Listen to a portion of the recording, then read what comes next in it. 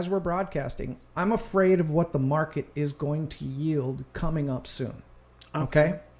So either way we look at a market, governments, they don't really change certain aspects of the market. They can promote it, but they're not the actual ones buying it. In 2008, when the market went crazy and all the houses fell down, that was because the government promoted a type of product, but individual private industry took that over. And so coming up here, we've had a pretty good stretch of market, right? The market's been good since probably 13 or 14. It started to come back. Okay. Maybe even 2012. It was stable at that point. Now we've had from that time to 2019 that it's been really strong. So what happens in that time is people start buying properties and the values start increasing and increasing. And so, hey, it's still good. Yeah, we can buy a place. Interest rates are good. We'll sell a place. We'll do that. And the values creep up. But what happens is there's a lot of fat that's created in there, meaning equity in this that shouldn't be this much equity. It should be this much equity, right? And then then you start to see the value of real estate fall off a little bit. Still better than it was, right? If you owned a place and over 10 years it went up in value and then it went down a little bit in value, you still have equity in it. Great. Yes. Okay. But what will happen is this market that will come up is the exact time that people need to be prepared to identify what's going on with property. More people will own or finance a property. More people will, but there are less lenders that are willing to take, risk on loans.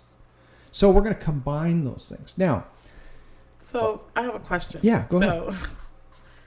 How do you buy? I know this is probably going to go later, but you buy a house with no money or buy property. It doesn't have to be a house, property. Yep. With no money. And then where do you get your monthly mortgage payments from? That's a great question. First of all, when we say no money, we don't mean there's not money involved. Okay.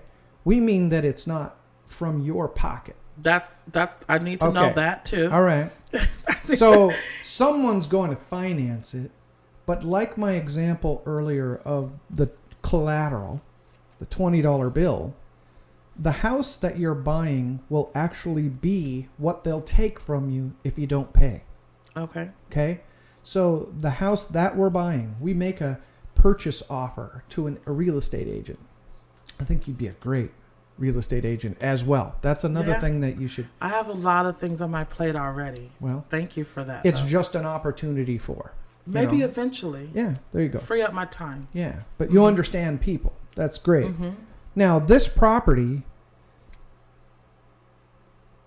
you'll make a purchase agreement with a real estate agent. Okay. And you'll structure. Now, that's the part that you need to know. That's what I do training for. That's what I do consulting for. So how do I structure? Let's say that you come to me and you say, True Blessings wants to buy a place. I was just getting ready to tell you that, but go ahead. They want to buy a place and they want to have its business be in the building that it owns. Now, it does now True Blessings is all of a sudden going to start gaining the equity when the value of what you've bought goes up in value. Maybe you turn it into, maybe you turn it and fix it up or whatever. Okay. When I asked you a little while ago, if I was a seller, what would I not want to own? The reason that I asked you that was this. Small commercial industrial property is very hard to sell, which is almost exactly what you're looking for. Okay? Because then you can identify and change the building structure to fit your needs. Yes. Okay? But as a seller of those, once that's been done, they're hard to sell to another buyer. A house is a house. People live in it. But a business is built around what you need in order to make that business function. Okay. So yours might be more office complex style. But if you buy the building, not only can you finance sometimes the way you structure this purchase and sale agreement with a real estate agent. Now, I'm going to be your real estate agent for a minute. I'm not an agent, but so you come to me and you say, hey, I want to buy a place and put True Blessings in it. You're literally taking this whole next part that I was going to ask you out of my mouth. Go ahead. Perfect. I was going to do it off camera, but since we're here. Well, let's talk about it, right? Because somebody else might have the same need. Okay. Okay, so you're sitting down with me and a real estate agent. We say, hey, there's a place over here, and here's the situation that is involved in this. For instance, what kind of financing is already on the property? Okay, is there so an existing mortgage? Sure. What type of financing is it? Sometimes it will be the previous owner of that business. They sold it to the current owner and they agreed to collect payments. So that's owner financing, and it might be existing. We want to look for that. We want to look for that. The second part is if there's an assumable loan already from a bank on there. Now, basically, past January 1st, 1986, all mortgages that were created contained what we call a due on sale clause. All I'm telling you that for is there's not a lot of assumable loans out there that are from a bank or institution. Okay. But we can take that, whatever structure it is, and we can, for instance, we can buy the property using a limited liability company. So they're going to be the borrower. So it's not you actually doing the borrowing of this. It's the limited liability company that's buying it. So if you came to me, that's what I would tell you. Okay, let's form an LLC. Let's call it True Blessings. And let's go look for a property that fits the parameters of the type of financing that you'll use. Now, who are we going to use?